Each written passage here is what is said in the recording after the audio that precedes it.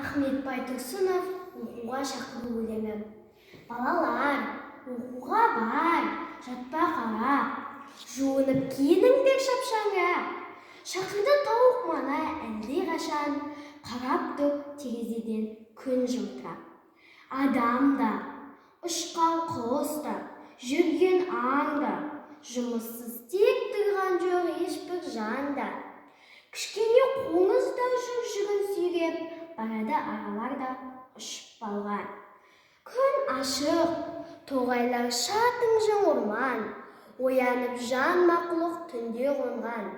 Шығады тоқылдақтың тоқ-тоқ дауысы, сайрағы сарғалдақтың сыңғырлаған. Өзенде балықшылар ау қарап жүр, тоғайда орақ дауысы шаң-шұң ұрған. Аллалап ал кітапты қолдарыңа, қолдарың Құдай сүймес жалқау болған.